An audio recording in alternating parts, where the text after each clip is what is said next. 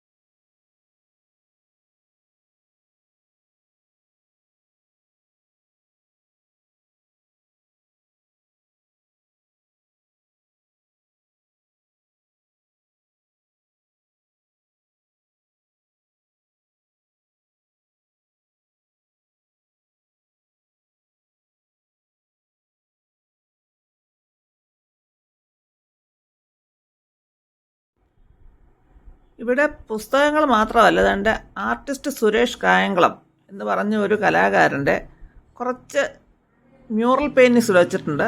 അതും കാണാൻ നല്ല ഭംഗിയുള്ള പലതരത്തിലുള്ള ചിത്രങ്ങൾ വെച്ചിട്ടുണ്ട്. അതും കാണാൻ ഭംഗിയാണ്. ഈ പുസ്തകങ്ങൾ കണ്ടുവരുന്ന കൂട്ടത്തിൽ ഇതും കൂടെ ഒക്കെ ഒന്ന് കണ്ടുവച്ച് നമുക്ക് പോകാം. ആ കലാകാരനെ നമുക്കൊന്ന് പ്രോത്സാഹിപ്പിക്കാം.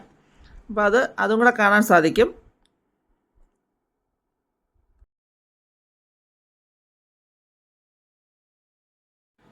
അങ്ങനെ ഞങ്ങൾ പുസ്തകോത്സവമൊക്കെ കണ്ടേച്ച് ഇവിടെ നിന്ന് ഇറങ്ങാൻ പോയ സമയത്ത് ഇതേണ്ട ഇവിടെ സ്ത്രീ ശാക്തീകരണം എന്ന വിഷയത്തെക്കുറിച്ച് ഒരു സെമിനാർ നടക്കുന്നുണ്ട്.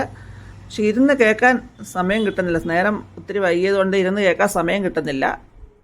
ഞങ്ങൾ തൽക്കാലം ഇവിടെ നിന്ന് ഇറങ്ങുകയാണ്. പിന്നെ ഇത് കഴിഞ്ഞതിന് ശേഷം മാവേലിക്കര ശ്രീ വിദ്യാധിരാജ വിദ്യാലയം സെൻട്രൽ ആൻഡ് സൈനിക സ്കൂളിൽ കുട്ടികൾ അവതരിപ്പിക്കുന്ന കലാപരിപാടികളുണ്ടെന്ന് അനൗൺസ് ചെയ്യുന്നത് കേട്ടു. പിള്ളേരൊക്കെ ഇവിടെ വരുന്നതും കണ്ടു. പക്ഷെ അത് കാണണമെന്ന് ആഗ്രഹമുണ്ടെങ്കിലും ഇരിക്കാൻ സമയം അനുവദിക്കുന്നില്ല. അതുകൊണ്ട് ഞങ്ങൾ തൽക്കാലം ഈ പരിപാടിയും കഴിഞ്ഞ് ഇവിടെ നിന്ന് ഇറങ്ങുകയാണ്. എല്ലാവരും ഇവിടെ വന്ന് വായന താല്പര്യമുള്ളവരും പുസ്തകങ്ങളോട് താല്പര്യമുള്ളവരും വായിക്കാൻ ഇഷ്ടമുള്ളവരും ഇനിയും നമുക്ക് വായിക്കണം തോന്നലുള്ളവരും എല്ലാവരും തന്നെ ഇവിടെ വന്ന് ഈ പുസ്തകോത്സവം കാണുക. നിങ്ങൾ ആവശ്യമുള്ള പുസ്തകങ്ങൾ വാങ്ങിച്ച് കുട്ടികളെയും കൊണ്ട് തന്നെ വരിക. അവർക്കും ഇഷ്ടമുള്ളത് വാങ്ങിച്ചു കൊടുക്കുക. അവരിലും വായനാശീലം വളർത്തുക. മൊബൈലിൽ നിന്നൊക്കെ നമുക്ക് പിള്ളേരെ ഇങ്ങനെ രക്ഷിച്ചുകൊണ്ട് വരാം വായനാശീലം വളർത്തിക്കൊണ്ട് വന്നാൽ. അപ്പോൾ അവരും പഠിക്കാനൊക്കെ മിടുക്കരായിട്ട് വരും. അപ്പോൾ അവരെ കൂടെ കൊണ്ടുവരിക, അവരെയും കൊണ്ടുവന്ന് കാണിക്കുക. നമുക്ക് നിങ്ങളെല്ലാവരും വന്ന് ആരെങ്കിലുമൊക്കെ വന്ന് കാണുന്നവർ കണ്ടതിന് ശേഷം ഇതിൻ്റെ അഭിപ്രായങ്ങൾ നിങ്ങളൊന്ന് അറിയിക്കുക. അപ്പം നമുക്കിനി ഇതുപോലെ വ്യത്യസ്തങ്ങളായിട്ടുള്ള വീഡിയോസുമായിട്ട് വീണ്ടും കാണാം. അതുവരേക്കും ബൈ ബൈ.